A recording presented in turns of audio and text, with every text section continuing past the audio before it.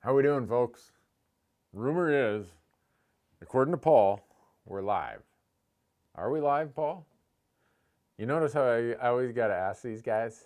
Because I'm just one of those gray-haired old curmudgeons who and I'm an accountant, right? So I have this level, I'm a skeptic by nature. So anyhow, welcome here to, I got to change this light. It's a shining on everybody here.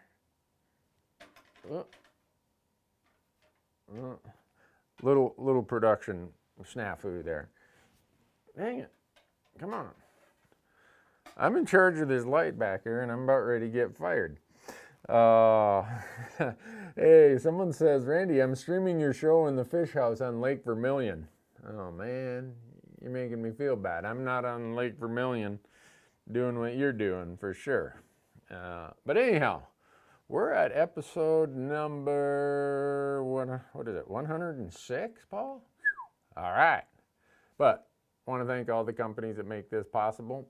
And these companies, they don't want you to pay full retail.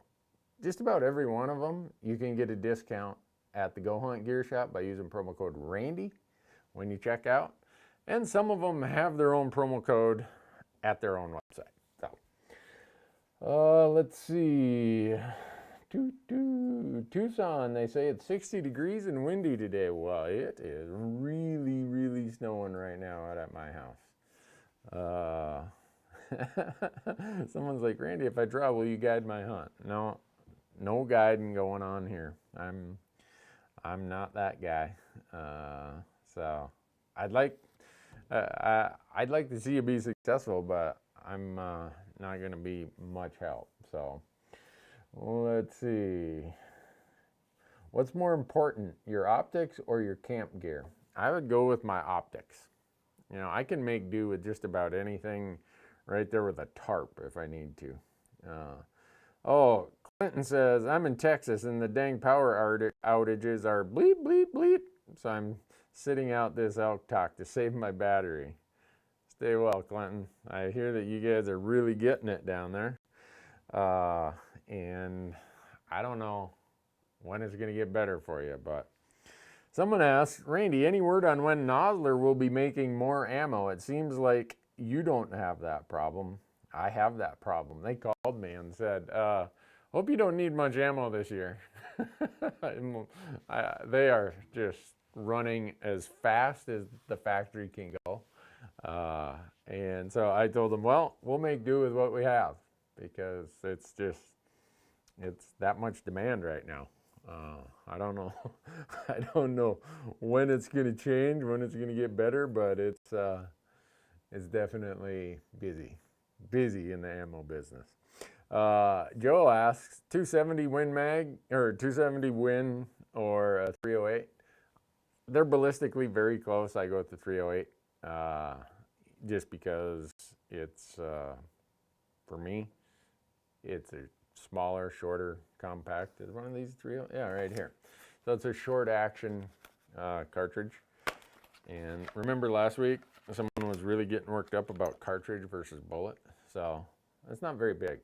The 270, the total cartridge length is going to be a little bit longer, so you can have a short action instead of a standard action. And so you can have a little bit lighter platform, a little more compact rifle. So that's what I use as 308. So let's see.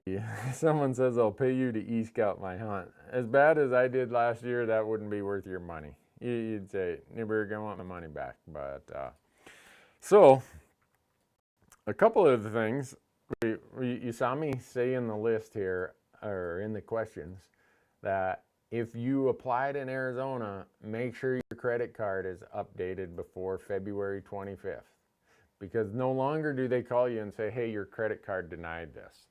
And every year, somebody has a compromised credit card, something wrong in their credit card information, and they get tossed. So they lose their loyalty point and a bonus point for that year, or even worse, they don't get the tag that they would have been awarded. So go into your account, update all that information.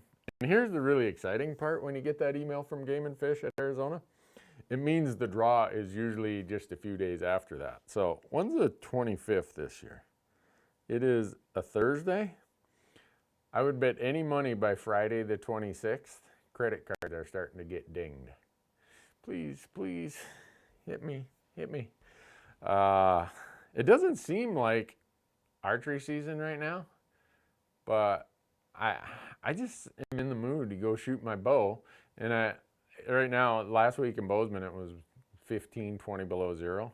So I didn't shoot last week, but yesterday, what's today? Wednesday? Oh, Sunday, I shot my bow a little bit, and it snowed nonstop since then.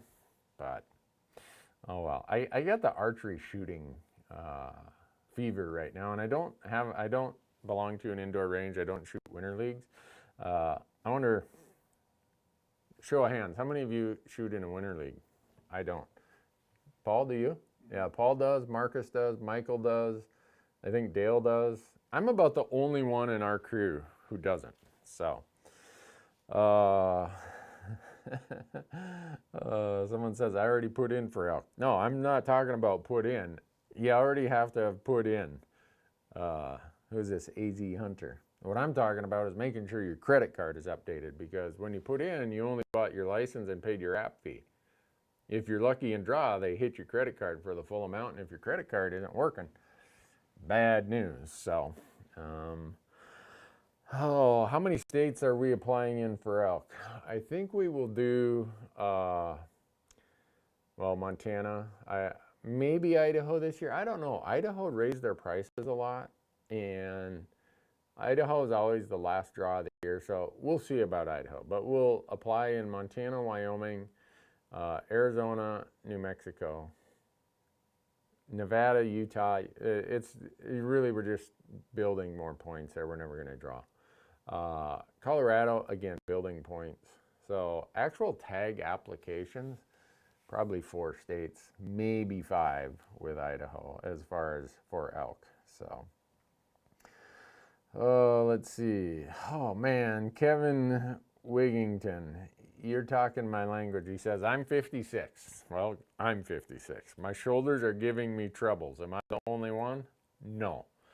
My shoulders are a mess. But I go to my orthopedic guy, and he says, we can fix that, but you're going to be immobilized for 6 months.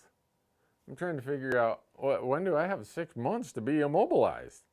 So I think I'm just going to tough it out. I keep dialing my bow down. I'm down to 62 pounds now. It's just, I have it. In fact, that's 60. They sent me Bowtech sent me a 70-pound one.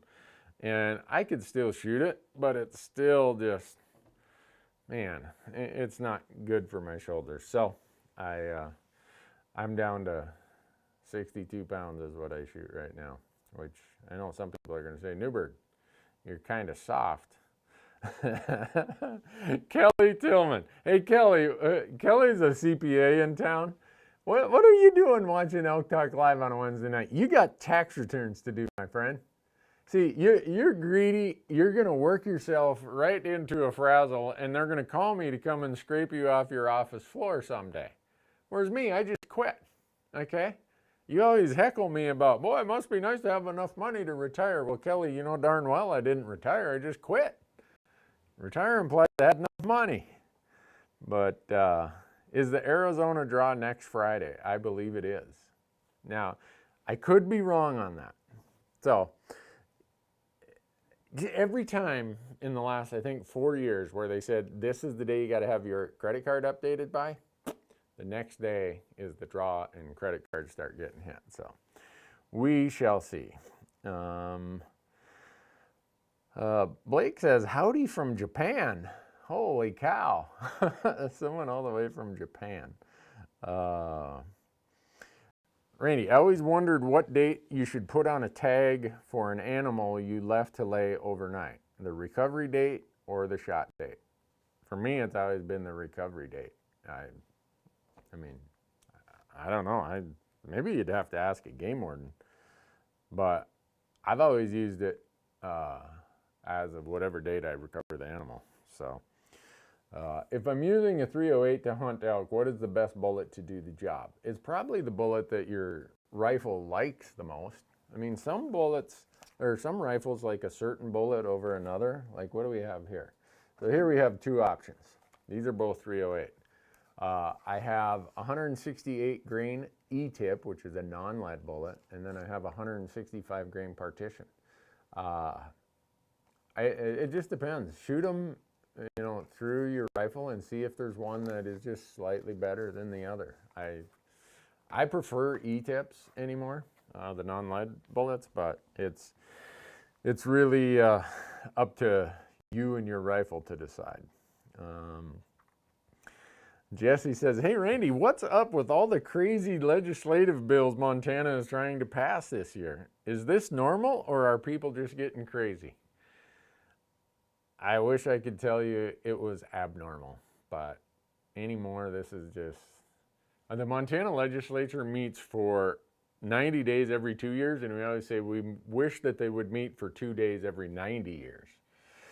But no, you're probably referring to some of these bills that are going to give away a whole bunch of tags to certain excluded groups at the expense of all you non-residents.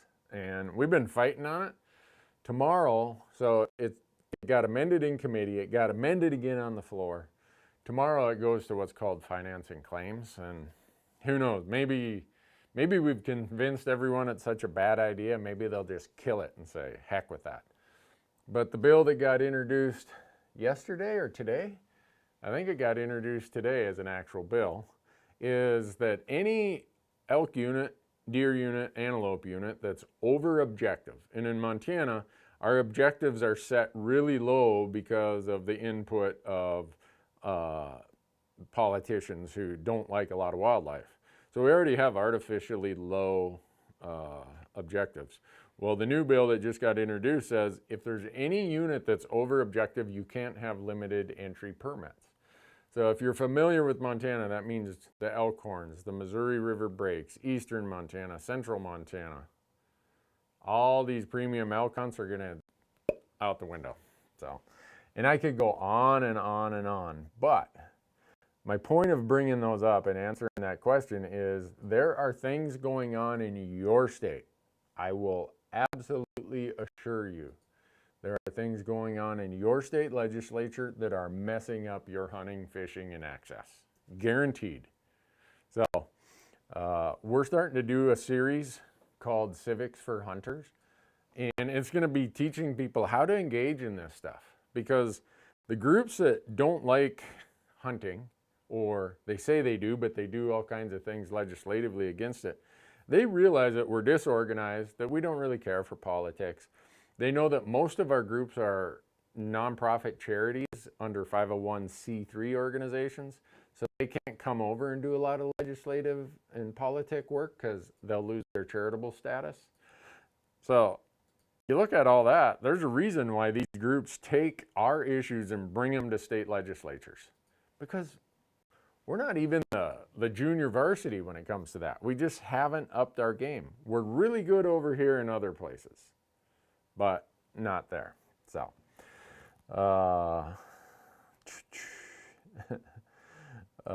Eric makes a good point.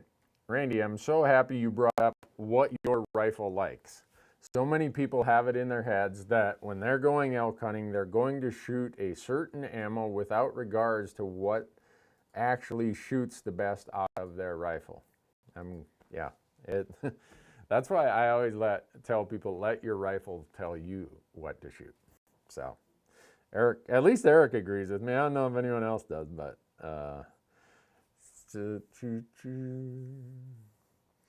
John says, I love your videos. You're not afraid to show your misses or not getting an animal. Well, if I didn't show any misses or the days that we didn't get anything, you wouldn't have any videos to watch. I'm way below average. Way below average.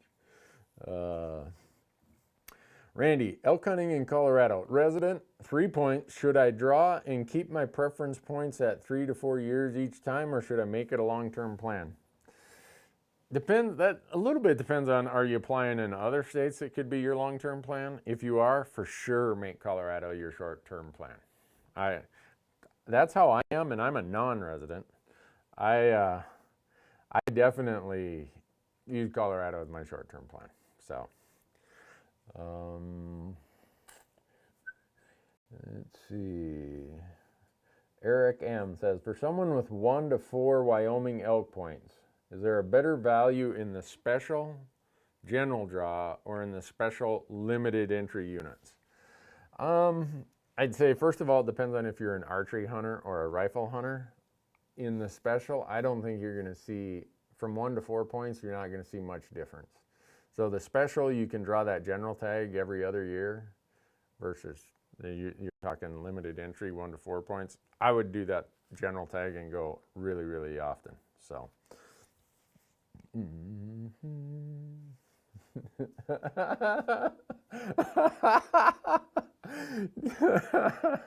Joan says, when you said to show the misses, I thought you were talking about your wife. All right, I gotta enunciate a little better.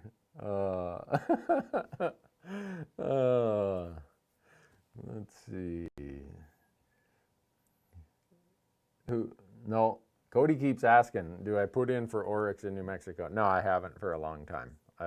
We focus on native species, and I used to apply. I'd love to go do it, but since our content is mostly about native species and oryx are not native, I just decided, you know what?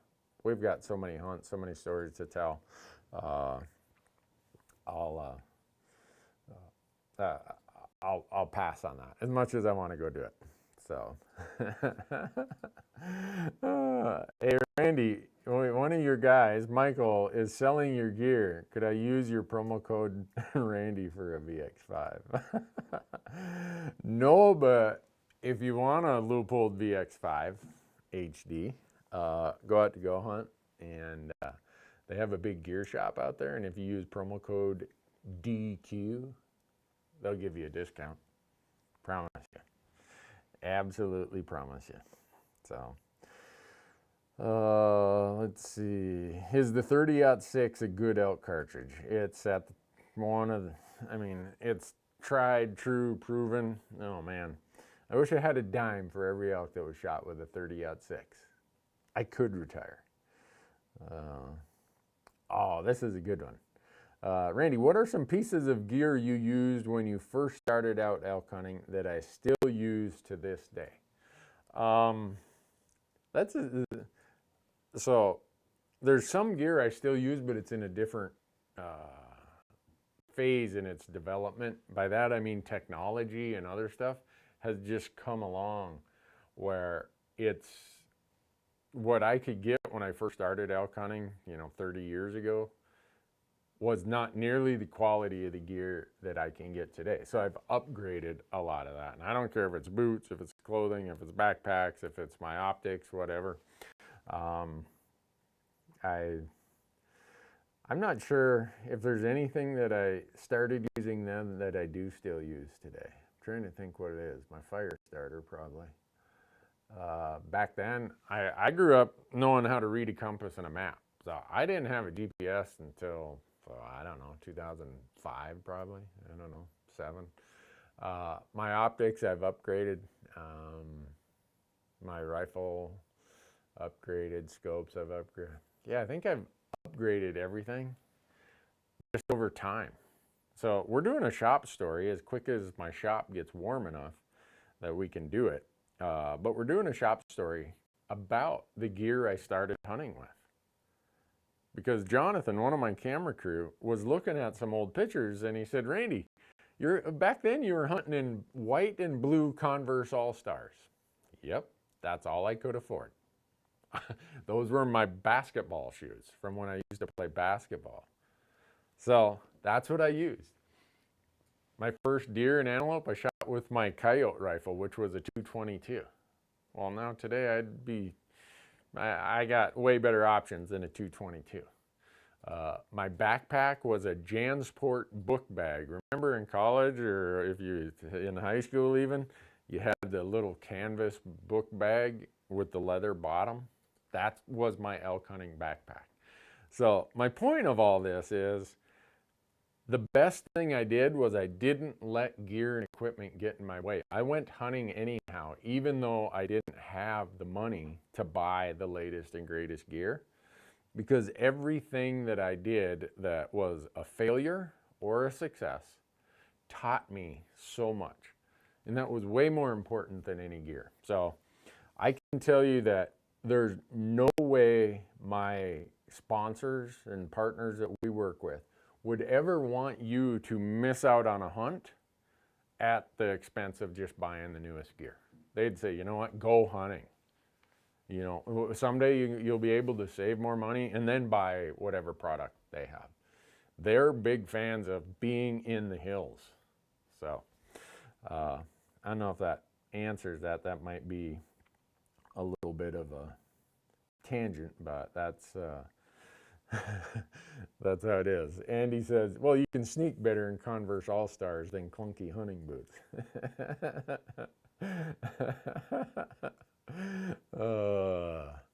What cartridge do you use in your Howas for elk? A lot. Probably usually a toss-up between a 300 Win Mag and a 308. Sometimes you'll see me packing my 7mm 08. I've shot them with 30-06, a 270, a 308, a 300 Win Mag, a 338. Yeah. If you hit them in the right spot with a good bullet, you're going to kill them. I know that sounds, in today's world where we all want to argue about elk cartridges, for me to just say hit them in the right spot with a good bullet and you'll kill them, that doesn't fit kind of the path we follow when we get into all the weeds about that stuff. But it's just the reality of how it is. It is the truth.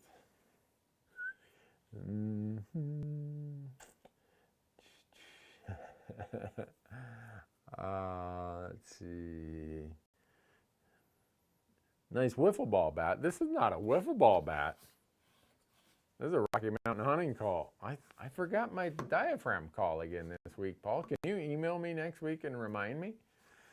But go to Rocky Mountain Hunting Calls, use promo code Randy, and they'll give you 15% off the wiffle ball bat, if that's what you want to call it. Let's see.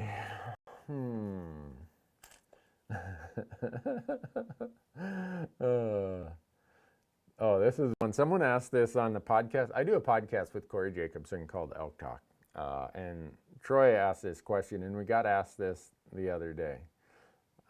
Besides your weapon of choice, in your opinion, what is the next most important piece of equipment you need for elk hunting in Montana? It's right here.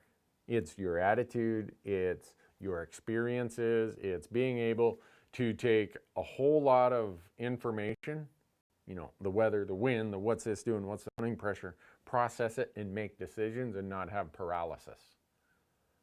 It's this right here that gives you the positive attitude that, okay, I didn't find them today, but I'm going to find them this afternoon. Or I didn't find them, you know, on Saturday, I'm going to find them on Sunday. And I know that's, again, probably not the answer you were expecting, but I think at this point in my life, with the benefit of years and years of elk hunting in many states and getting to help on so many elk hunts, I could make do with an awful lot of stuff as long as my mind is clear. I know that some people, when we've already got some comments on the podcast, people saying, well, that doesn't tell me that much. Well, don't worry so much about gear. Worry about your mindset, your attitude, and learning and becoming a student of elk hunting. Over the last couple of years, I've started to tell people that elk hunting is a lifetime endeavor. It's not just something we do for a weekend or 2 weekends in the fall. It's an investment in your knowledge. It's an investment in your conditioning and your health. It is just, you know, elk hunting is something that we live for. It's something you say, I'm an elk hunter, right? So do that. Sheila says, just received my first Mystery Ranch Metcalf pack. So excited to use the next season. I hope you bought it at the Go Hunt Gear Shop and saved 10% by using promo code Randy. But if you didn't, I hope you fill it full of elk and you get a lot of use out of it. And a lot of people ask me, does a pack really make that much difference? And for me, it does. You want a pack that fits you very well, that transfers that weight to your hips, not on your shoulders. So the Mystery Ranch packs are fully adjustable for torso length, for all kinds of other stuff. And they can compress really flat. Then when you need them, they can compress really big. I would say that as comfortable as I've become, and maybe even as dependent as I've become on it, it's really hard. It would be really hard for me to leave, try to hunt without one of my packs. So how do I tap into that sweet Michael Parente luck when it comes to drawing super elk tags? Man, I wish I knew. If I knew, I'd tap into some of it, but he's just the lucky guy in our office. And the reason I grabbed that question is, you know, even though we have point systems and we think this and that, sometimes you just have really good luck, or you might go on a streak of really bad luck. These are still, for the most part, other than the preference point ones, the bonus point ones and the random ones like Idaho and New Mexico, these are still just lotteries. They're a draw. They're random, you know, they're statistics and probability. But if you study probabilities, you know that there's always the outliers. And so sometimes you luck out and you draw when maybe you shouldn't have, like Michael seems to always do. And then sometimes you think to yourself, I have been at this for so long, this has got to be my year. This has got to be my year. So don't get frustrated with it. Just have a plan and keep at it. And eventually, if you've had a cold streak, you'll hit a hot streak. So, oh man. I'll have to think about this one. If you could go hunting with one person you've never hunted with, who would it be and what are you hunting for? Boy, Adam, that's a serious question. I'm going to try circle back to that one but before the end of the show. Maybe it'll come to me. Ryan asked this one, and this applies to Montana, Idaho, Wyoming for the most part. How often do you archery hunt in grizz country? What are your recommendations or precautions you should take when doing so? We did a full Elk Talk Live, I think a year and a half ago, about hunting elk in grizzly country. Yeah, I do it. I mean, my favorite places to archery elk hunt are Grizzly Central. And someday, I hope I don't have that streak of bad luck and have an encounter that goes bad. I've had 2 encounters, and both times the bear went the other direction. So I feel lucky for that. But some places, it's where the better elk hunting is. So for me, it's all about knowledge and information. The more I know about where they're at, what they're doing at certain times of the year, the more I can try to avoid them. And there's plenty of elk in places where the bears aren't at that time of year. So there might be certain drainages, like there's certain times of the year where the last little bit of berries are still on the north slopes. And down in that really, really thick stuff, well, guess what? I'm not going down in there if I know I'm in serious grizzly country. Because the grizzly densities in that little area is not worth the headache when there's all this other elk habitat that has much lower grizzly densities. So a lot of it is just knowing what they're doing, how they're doing it, things like that. And you'll get way more comfortable the more information you acquire about the habits of grizzly bears. Let's see.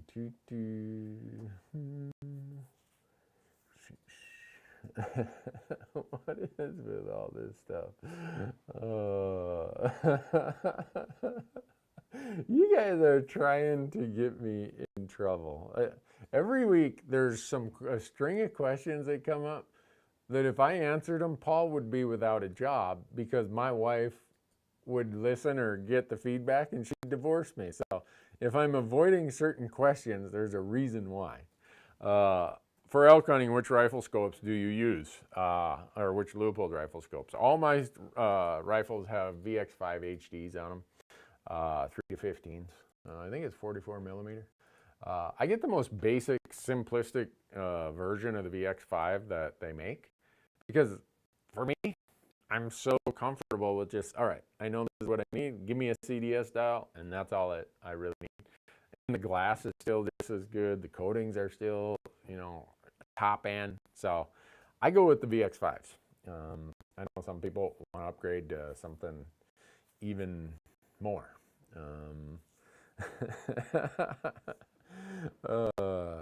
I watched your video using the gutless method to field dress your elk. Is there a time you would recommend gutting first? I'm not exactly sure by that, but I think this is where you're going. When would be the first time to do this? I tell people practice on every animal. Practice on a deer. If you've not done it before, that doesn't matter. Watch videos, download it and have it on your phone. We have a bunch you can download at randynewberg.com, and I think it's on the Gerber page at randynewberg.com. You can download all these gutless videos and have them on your phone. But practice it at whatever chance you get or during whatever period of time you get a chance when you shoot a deer. Because the cuts and everything are the same. It's just the fact of, this is a much bigger piece I got to deal with. So, David asks, what reticle do you prefer on your scopes, either duplex or heavy duplex? Those are probably the two that I do. Let's see. Don't forget the mountain money. Never forget your mountain money. How do I tune my bow for broadheads? There's the world's best archery shop right out here on Jackrabbit Lane outside of Bozeman called Big Sky Archery. So I go out there and those guys take the time. We paper tune everything. And then I go and see how's everything going, not just field points, but are my broadheads following what my field points are doing? And I shoot bone broadheads, and they're not available anymore. Jarrett is no longer making them, so I ordered a whole bunch of them before he got out of business. So someday when I'm out of my bone broadheads, I'm gonna have to figure out a different option, but that's what I use right now, 125 grain. Randy, after you harvest an elk, would you return to the same area to hunt the same season? Yep, I would. In Montana in 2019, we shot 3 bulls out of the same drainage in 4 days. So it somewhat depends on the season. It also depends on how hard we might have hit it or stunk it up, for lack of a better term. I would still do it. Let's see. Randy, I'm from the Midwest and trying to understand the use of preference points. Iowa has a preference point system if you're from the Midwest. How do I build free preference points years before I ever intend to hunt? I'm looking at the Colorado flow chart. Well, you won't be able to do free preference points. Colorado, you gotta buy a license in advance. They say you either gotta buy a turkey license, a small game license, something. They have a list of what licenses you have to buy. So there's no states where you can build points for free.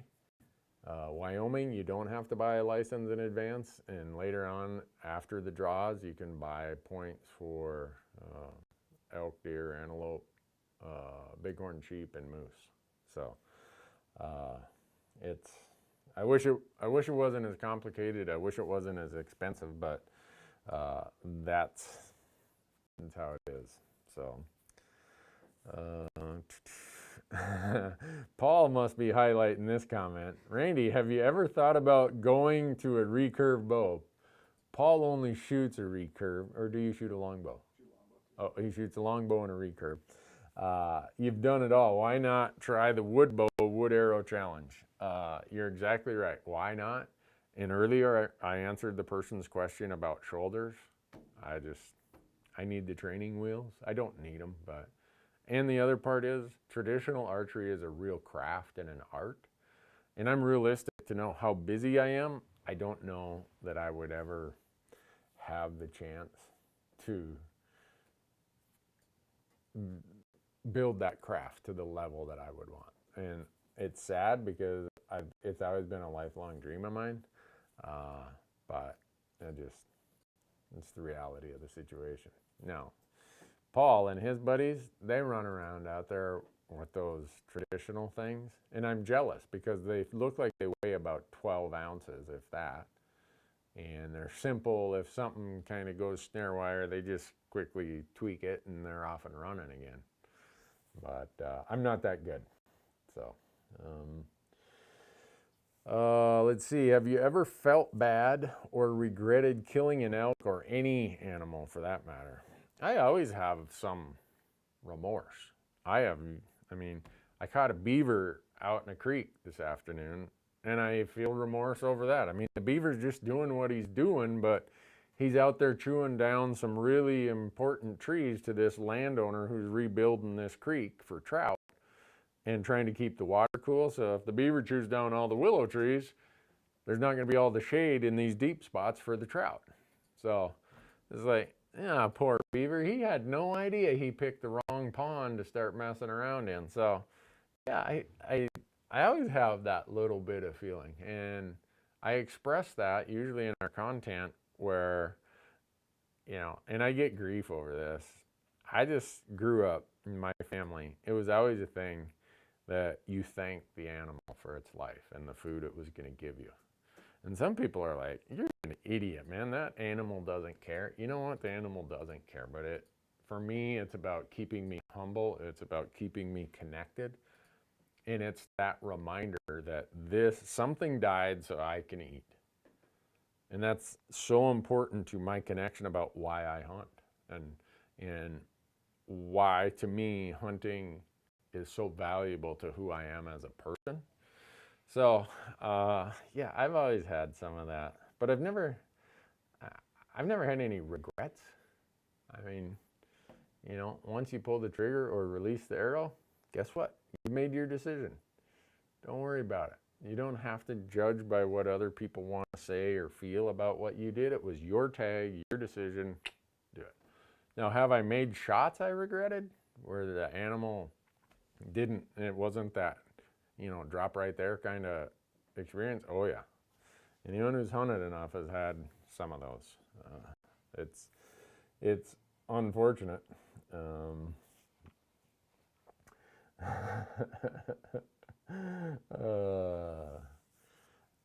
Let's see. Mary says, I understand basic ballistics, but when you shoot uphill or you shoot downhill at sharp angles, how much different is your point of impact?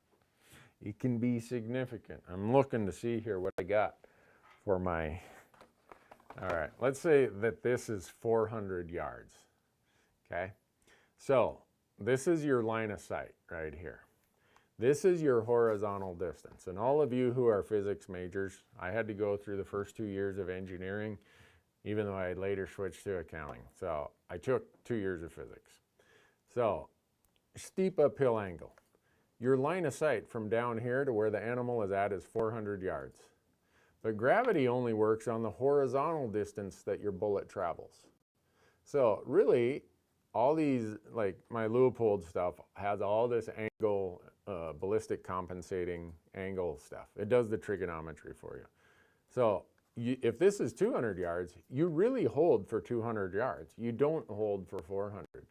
So when you ask how much of a difference does it make, it depends on what the difference is in the line of sight distance versus the true horizontal distance. Because if, say you moved it into 100 yards, but this was 400, well, that's a much steeper angle than this is. So here it's going to be even more amplified. And the same thing applies if you're up here and the animal's down here and you're shooting at a downhill angle.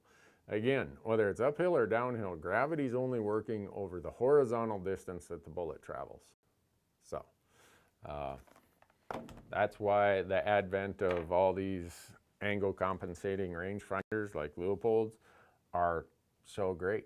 You don't have to do the trigonometry and try to say, well, that looks like 400 yards. I wonder how far it is straight across, because that's all the distance that I need to worry about for the ballistics and for gravity. So does my wife ever go hunting with me? And if not, why? she used to hunt a lot. I mean, before Matthew, my son, turned hunting age, she hunted every year, went on every hunt. Birds, ducks, didn't matter. Deer, elk. She loves hunting grouse more than anything.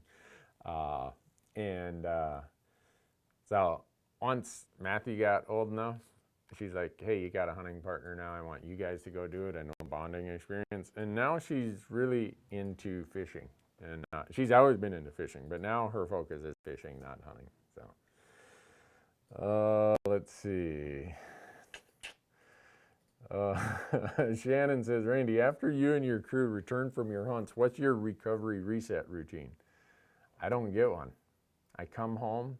I'm usually home for 2 or 3 days, take care of as many emails and as many other things as possible, and I'm on the road again. I'm on the road for anywhere from 14 to 16 trips a year, whether it's my tags, tags of a family member, tags of a friend, tags of a sweepstake winner. By the time season's over, man, I'm dragging. I am just really, really dragging. So, oh well. But I have the best job in the world. But it's just I could complain about being worn out, but I don't, because I love what I do. Someday I'm not going to be able to do this. Physically, I'm not going to be able to do it to this degree. And I'm thankful for the fact that I can.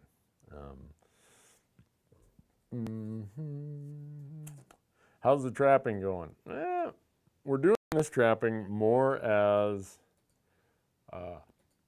information. So Dale in our office wanted to know more about trapping. So I'm kind of the teacher, he's kind of the student. So we're doing it really slow so that hopefully the audience will get a lot more out of it. Dale is asking all kinds of questions, and we're stopping, going through every little detail. Today was the first day we checked the traps. We had 12 traps out. We caught 4 muskrats and 1 beaver. Should have probably had more muskrats, but I made a couple mistakes. And I've been doing it for 40, 50, probably close to 50 years, and I still make a mistake or two. But it was a good chance to teach Dale what I did wrong. So, let's see. Dean, my boys and I are thinking about putting in for Wyoming next year. Can we draw a decent unit with 3 points? Yeah, you can. I'd accumulate 1 more point just to be safe, but go with the general hunt, Dean. I mean, if you're going to go in the regular draw, go with the general hunt. It gives you tons of options. You can come out and hunt a lot of those units. Archery, if that's what you want to do, or you can come and do it just during the rifle time. Let's see. Brandon asks, are you noticing any difference in the terminal performance between AccuBonds and non-lead E-tips? So I'm assuming you're asking about elk, because it's Elk Talk here. No, I mean, if anything, the E-tips, because Nosler loads E-tips about, I don't know, let's see, I think about 200 feet per second faster. Yeah, not quite 200 feet per second, maybe 100 feet per second faster. So you're going to have higher energies. And so if you hit an elk with a 300 Win mag in an E-tip, it is just bad news. I am so impressed with how they do perform. But relative to AccuBonds perform great also. I mean, I shot a moose with an AccuBonds. I've shot caribou. I've shot elk. So, but the E-tips are very, very impressive.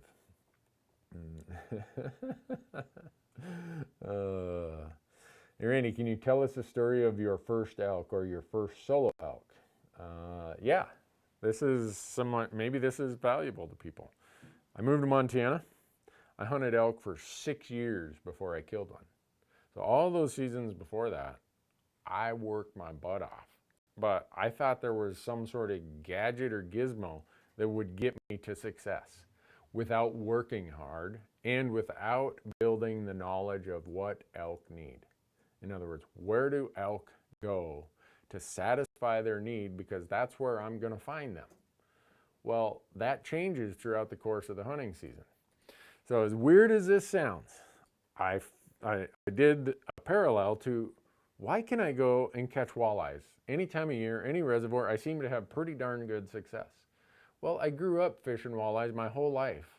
I learned so much about them that I knew, all right, in the cold water period, they're going to be in these spots. In the spawn, they're going to be here. Post spawn, they're going to be there.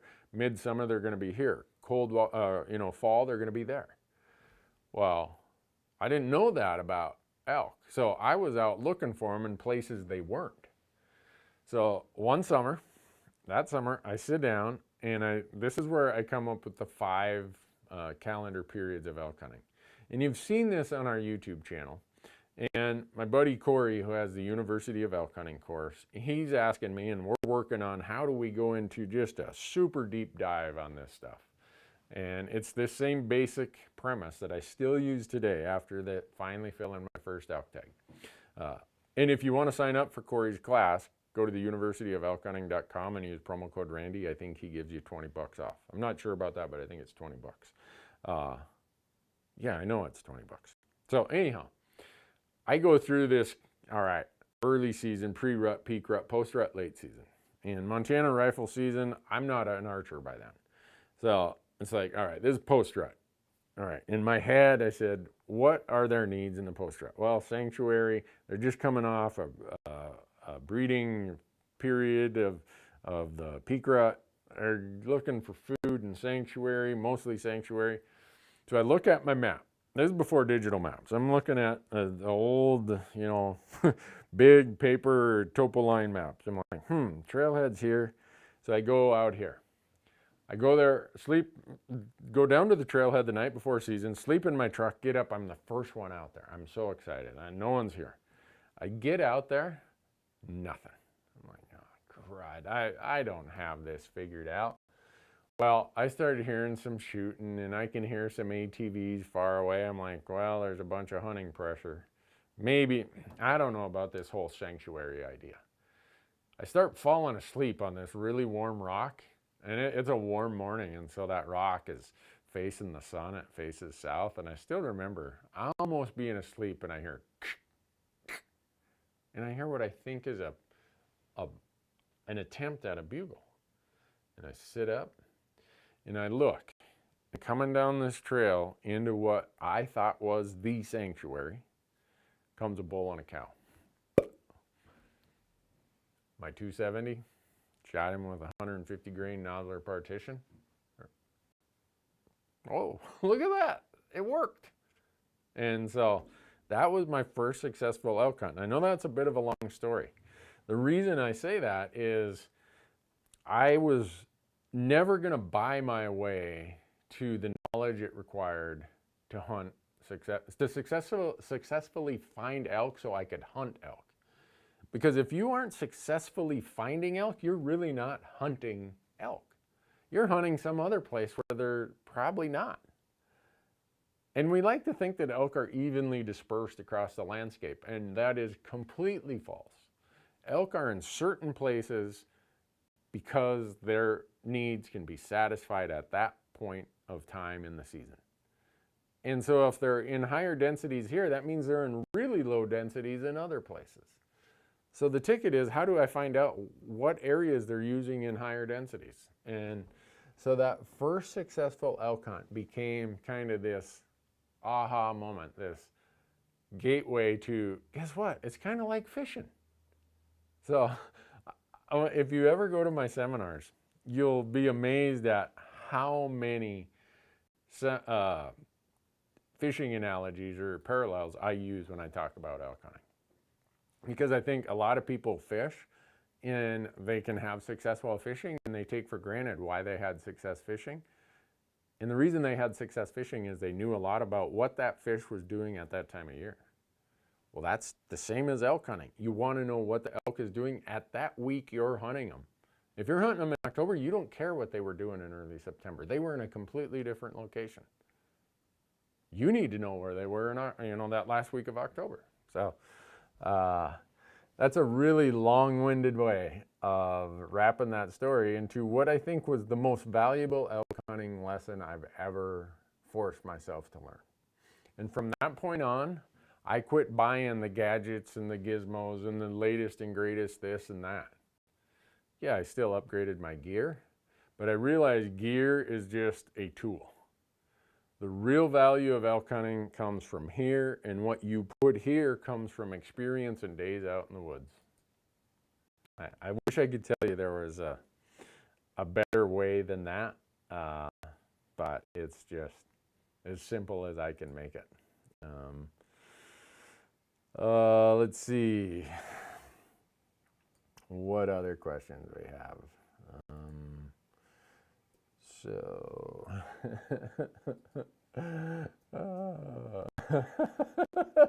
You guys, man, nobody trusts me. Like, oh, I think he's just doing that to drive the price up. But no, we're working on this. All of our crew is going to be assigned a bunch of the work that goes into this. And Corey's course is the best course out there. If you have a chance, I'd suggest, whether you're a novice, intermediate, advanced, you're probably going to get something out of the University of Elk Hunting. And our goal is to keep adding more content to make it more valuable, is our hope. So, with me providing some of the content, it's probably not going to be worth a darn. But use promo code Randy if you go out there, and he'll give you 20 bucks off. Do I have a seminar schedule? I don't, but I'm going to be at 2 events in March. The Northwest, I think it's called the Northwest Sports Show in Portland, is the last week of March, and then 2 weeks before that they have one in Bend, Oregon. I'm going to be at both of those. And because of COVID, we kind of, it's not like your normal show, right, where you go there and you shake hands, kiss babies, and get in real close contact. So they've set up a place where I'm going to be on a stage, and every day I'm going to be doing these periods of time for public land elk hunting Q&A session. So it's going to be kind of like Elk Talk Live at Bend, Oregon, and at Portland, Oregon. So I hope it pulls out, or they can pull it off. Do I have any more funny New Mexico stories? I got all kinds of funny stories. Some of them, though, I'm not willing to share. Will I be using a 6.5 Creedmoor for elk? Nope, I won't. I have 4 6.5 Creedmoors, but they're just not my first choice for elk. They're going to kill an elk. Don't get me wrong. I'm not saying they don't kill elk. But I'm fortunate to have 308s, 270s, 300 Win mags, 7M mags. I've got way better options, so I won't be using my 6.5 for that. And now everyone who likes the 6.5 is going to be, Randy, you're a knucklehead. Whatever, I get it. I probably am a knucklehead. So, let's see. Which water filter or filters do you use? We answer that like every other week. I use all gravity filters. Catadine makes a bee-free thing, which is like a water bladder with a built-in filter. That's really cool. And then we use some of the big base camp filters. Let's see. Jared says there are no elk left in Wyoming, Newberg. The wolves ate them all. Jared, you're just trying to. I know what you're doing. Yeah. So here's what all these Idaho and Wyoming guys. Nothing to see. Move along. There's no elk here. Move along. Move along. Well, you better be careful, Jared, or I'm going to rat out your hunting spot in Wyoming, and I'm going to tell everyone to go apply there. But no, and so let's see. Let's see. Someone's saying, I'm thinking about switching to archery elk hunting because the bugling just seems so cool and so exciting. Yeah, I can tell you that I love rifle hunting elk. I love hunting elk anytime, anywhere. But it's just something about being in the woods and knowing that your making a noise that an animal talks back to you. And none of us have a clue what the heck we just said. But it's really cool when they start talking back to you. And then you get this 600-pound animal that comes in and he is ready to just clean your clock. If that doesn't get you excited, you know, you probably just fold up the tent. You're never gonna, you are never gonna get excited if that doesn't get you excited. At least that's my feeling. Paul, you agree? Yeah, that's why Paul left Pennsylvania and moved out west. Same reason I left Minnesota and moved out west. So, if you buy a pair of Kenetrek boots, all you folks in Texas who are complaining about all that snow you got right here, these are really handy for all season winter boots. Any boot at Kenetrek, use promo code Randy, and they'll give you a free pair of gaiters, a $75 value right there. So, what else we got? Someone asked me what I think now that I've used these two knives from Gerber were designed specifically for elk hunting. Yeah, they can be used for everything else, but it was all about elk hunting. We spent 3 years designing these. So the question is, what do you think of them now that I've used them a year? I'm surprised that I could be involved in a project that turned out as good as this did. So that's a credit to the project managers and the engineers at Gerber. They sat me down for, I did 3 trips out there, and it was all, what's the use case? What's the use case? What's the most difficult part on an elk? What do you spend the most time on an elk? And so when I started prioritizing all these problems we wanted to solve, then we started working for the end solution. So if you're interested, go to gerbergear.com and use promo code Randy, and they'll give you 20% off on that. We're having a lot of questions about tags, and so like this. Can I put in for 128 for elk in Wyoming? I'm trying to remember if I even know where unit 128 is for elk. Anyhow, but we get a lot of questions. Like someone asked me, how do I make the most of my New Mexico application? Next week, I think we're gonna really get in the question mode for Utah, because that Utah deadline is March 4th. And then the week after that, we're gonna answer a ton of questions about New Mexico, because that deadline is March 17th. But all the stuff, I mean, if you looked at my computer right now, you would see that I always have open the Go Hunt Insider. And I know people say, like, Randy, you talk about that so much. Yeah, I do, because I think it's that helpful. And so this time of year, for me, it's about draw odds and strategy. And it's application season, so go there, use promo code Randy. They'll give you a $50 gift card. So all that matters. That's what you need to know, and if you use it, trust me, you'll get your money out of it. Do I keep the heart of elk that I shoot? Absolutely. Oh man, I love heart. I don't care if it's deer, antelope, elk. I'm just super, super excited when I know that we're gonna cook a heart. If you go watch our bison hunt out on our YouTube channel, we have 2 bison hunts where I've lucked out.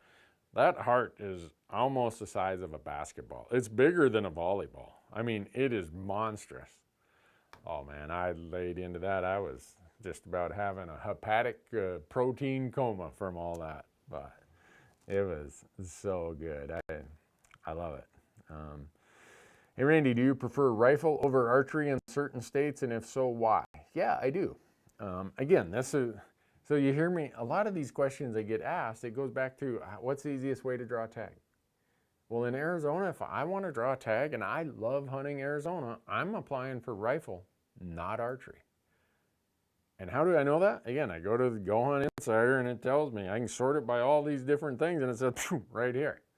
Well, that tells me right away, I want to hunt Arizona every 5 or 6 years. I'm doing late rifle hunts.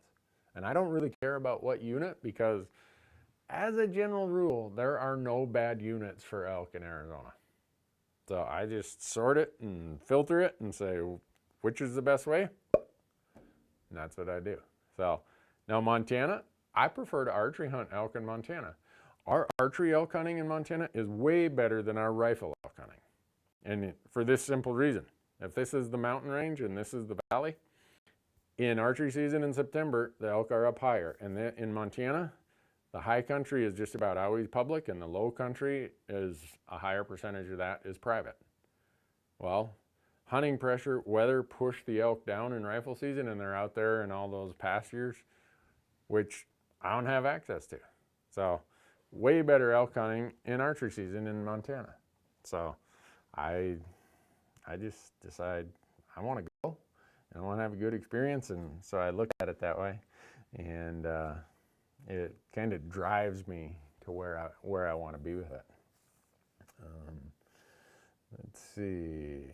Yeah, if any of you are asking questions, Dave here has a FAQ list that he's copying and pasting for you. He's well versed in what we use for equipment.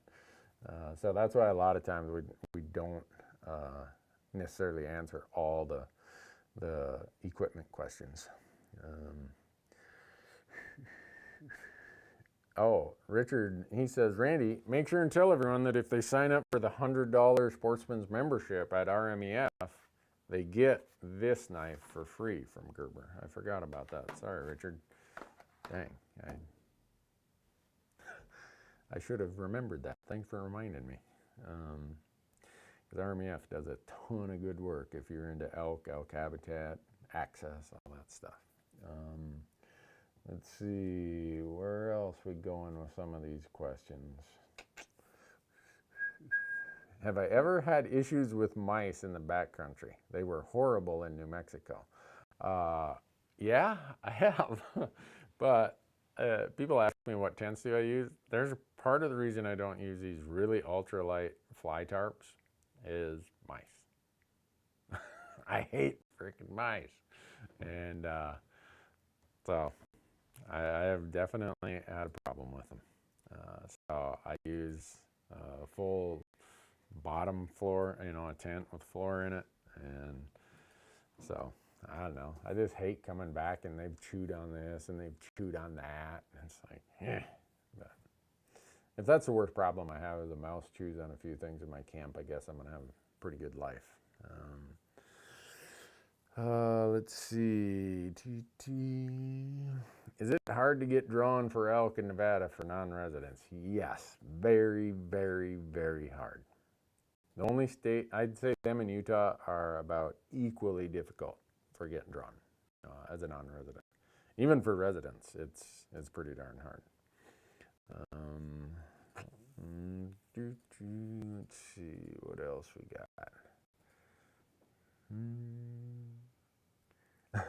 Any funny Arizona stories? You don't even want to know some of my Arizona stories. I went to college there for 2 years.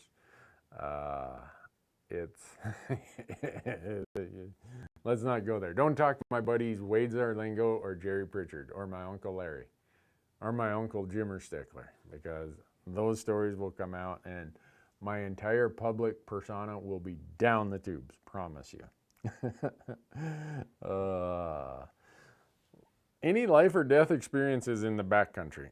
Today I did a podcast with Stephen Drake, who is probably the most adventurous photographer I know, goes on some of the craziest things. And this topic came up.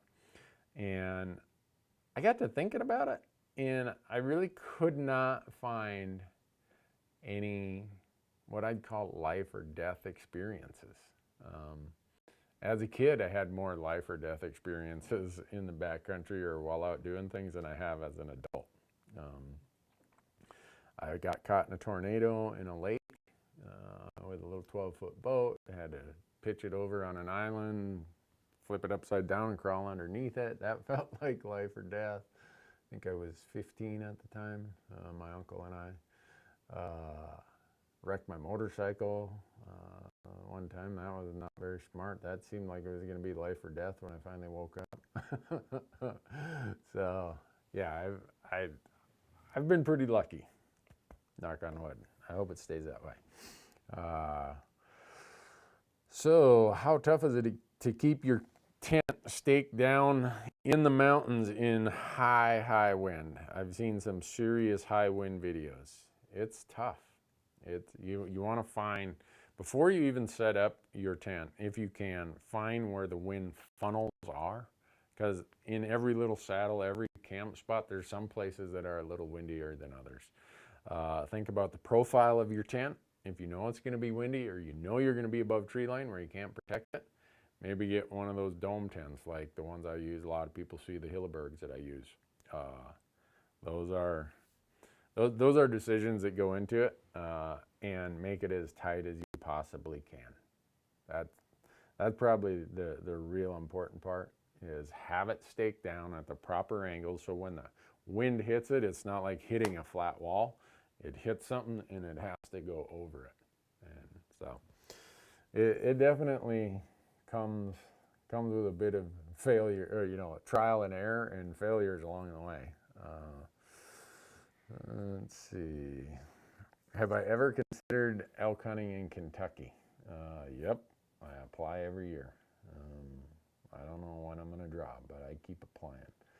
Any plans for the Randy Newberg series of Howa rifles to be restocked at Sportsman's? I believe that they are making another large order, is what Howa told me. So I'm hoping so. Does hunting pressure during the over-the-counter third season in Colorado compare to the general elk season in Montana? No. The Colorado third season is a lot more pressure than Montana. And I know a lot of Montana guys are like, oh, I can't believe how much pressure there is. If you want pressure, head to Colorado for the second season. The third season isn't quite as bad. Second season is off the charts. But it's if Montana thinks that we have a lot of hunting pressure in elk season, Colorado said, oh yeah, hold my beer and watch this. It's that much different. How many miles does my Raptor have on it? 13,000. Any plans of coming to Oregon hunting Roosevelts? Maybe. So Steve says, Randy, Hilleberg tents are expensive. Yep, they are. But if you're like me and you spend 100 days a year in a tent, you want the best tent you can get. I don't know how, a lot of people say that, and I get it. I fully get it that gear is not cheap. And we are lucky to partner with some of the best companies out there that make some of the best gear. And every one of those, that Hilleberg tent you see me sleeping in, I paid full retail for. And I've got over 400 nights in that tent. It's worth it. When you do what I do, and earlier someone asked, well, how do you recover? How do you get any, what's your recovery routine in between hunts? I don't get much of a recovery routine. So when I go out there, I want the best possible sleeping situation I can have, down to my pad, my sleeping bag, and my tent. Because I need all the rest I can get. 100 days a year doing all this driving, get there. A lot of hunts we're hiking in however far, and then an average elk hunting day for us is 10 to 12 miles. And so, yeah, I get that they cost, they're an investment, just like a lot of the stuff we use. But hopefully people understand that we use it because it's that critical to our success. Let's see. What else we got here, Paul? We got something that is really that. Randy, the grizzly or the cats? They're talking, this is a Montana person, obviously, because right here across the street is Montana State University, the bobcats, and over there in Missoula are the grizzly. For me, it doesn't really matter. I didn't go to either of them. So I'm not a grizz or a cat. Have you considered any of the lightweight cots? I hadn't until this year when we went up in Wyoming mule deer hunting. We had llamas, and Bo brings these little cots, these little rolled up, it's like really light. And he's like, Randy, you're gonna love this. He was right. those super ultra lightweight cots, first of all, it doesn't matter if you're on a rock pile or something now, because you aren't going to have a rock in between your shoulder blades. It gets you slightly up off the ground, so that heat transfer is way better. I'm I'm thinking about that. It is definitely something I'm thinking about. Jared says he played for the Bobcats. Oh, cool. I hope you played during one of the good periods, Jared, because they went through some hard streaks too. Best go-to mountain snack other than Snickers. Okay, so I think all of you know that I have a bum liver condition, right? So I don't do supplements. And the guys at Mountain Ops approached me and I said, guys, look, for me to tell you I'm going to use your supplements, it so much bypasses my liver that I just want to be honest with you, honest with the audience, that supplements aren't going to do me that much good because of my liver condition. And they're like, Randy, we get it then. Don't, you know, we support whatever your decision if ever the time comes. Well, this summer they sent me 3 boxes of their new, I think they call them performance bars. And I'll admit to being a skeptic because I'm a Snicker bar guy, right? No more. Out the window go the Snicker bars. The Mountain Ops performance bars are the best backcountry snack I've found. And I don't, they'd surprise the heck out of me. I would have never dreamed that I'd eat those and feel that way, but I do. So there you go. Dairy Queen's the best snack. My dilly bars melt before I get too far back there. They're a great after the hunt snack. Let's see. Would you go with the Hilleberg Nalo 4 GT or the Kernan? I have Nalos, and I have the 2 GT. Randy, are you going to do a solo hunt with your llama? Man, somebody must be reading my emails, Paul. Who asked that question? Kyle. We're thinking about it. We're trying to figure out. It probably wouldn't just be Mac, my llama. I'm buying another llama from Bo. So, and I think I already put dibs on him. I don't know if Bo's going to sell him for me or sell him to me. But yeah, that's something I'm thinking about doing. I'm glad someone asked that. That gives me more confidence, and maybe we're not out in the weeds with that idea. So, let's see. Snickers is how I get the kids to go hunting with me. Aaron says, Randy, those Mountain Ops bars are legit. I bought 2 boxes. Yeah, I'm telling you, folks. And oh yeah, Corey told me this because I've been buying this is how stupid it is. I've been buying the Mountain Ops performance bars at full retail since I went through the first batch of them. And Corey said, you know, there's a promo code called Elk Talk. Well, oh, I forgot about that. So anyhow, if you want to buy them, use promo code Elk Talk and it'll save you. I can't remember what percentage, but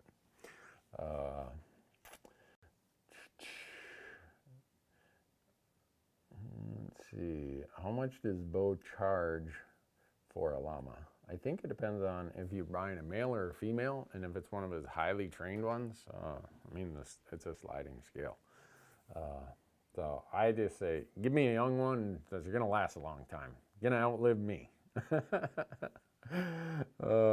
Cody says, I'm eating a caramel crunch performance bar right now. I had no idea that I would have this many people worked up about the Mountain Ops performance bar, but whatever you think of anything, you know, there's all kinds of companies that make supplements and stuff, but the performance bars it is there, folks. I don't know what to tell you. The future of the North American model of wildlife conservation. Well, it's only going to be there as long as we fight for it and we advocate for it. So there's a lot of legislation going right now in many states that would change how we allocate our tags and our opportunity.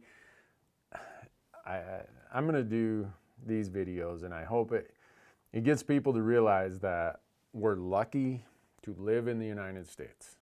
We are lucky that we are a country that has 640 million acres of public land that we can go and do whatever, hunt, fish, hike, camp, it doesn't matter. We also live in a country where the wildlife, by law, the U.S. Supreme Court said wildlife is held in trust for the citizens of that state. Not for the citizens of the United States, but wherever that wildlife is situated. While it's in that state, it's held in trust for those citizens. And that vests all of us in the wildlife within our state. We don't have to go and pay for the fish in the stream. The ducks that come flying over, nobody owns those. They are held in trust by the state for us. How cool is that? And that's the seven sisters, they call them, the principles of the North American wildlife model is predicated on those things I just mentioned. But like everything in our lives, it's only there as long as we're willing to do what it takes to keep it that way. And if you say, well, politics isn't my thing, or I don't get involved in that stuff, well, guess what? Someday someone's going to wake up and they're not going to have those opportunities. So, yeah, Aaron just said it. America. Scott said it. USA, 100%. Yeah. All those things I just rattled off. There's very few places in the world where you have public hunters. And because you have public hunters, you have public conservation. You have citizens. We have conservation by the people and for the people. Because of all these great ideas that we've been blessed to have. That's why we get to hunt and fish and do whatever we love to do. Not by accident, because people set out and did that on purpose. And it's up to us to make sure it stays that way. So, anyhow, we got anything we haven't covered today, Paul? Paul's been handling it all by himself this week. Normally it's him and Jonathan. I think Matthew is Matthew out on the other end in Portland? So Matthew is my son. Matthew has been an unpaid employee for this operation for 13 years. Someday he's going to issue me an invoice for what I owe him. But anyhow, folks, we're going to sign off here. We'll be back next week. We appreciate all of you being here. Thanks so much. Wake up every day and be happy.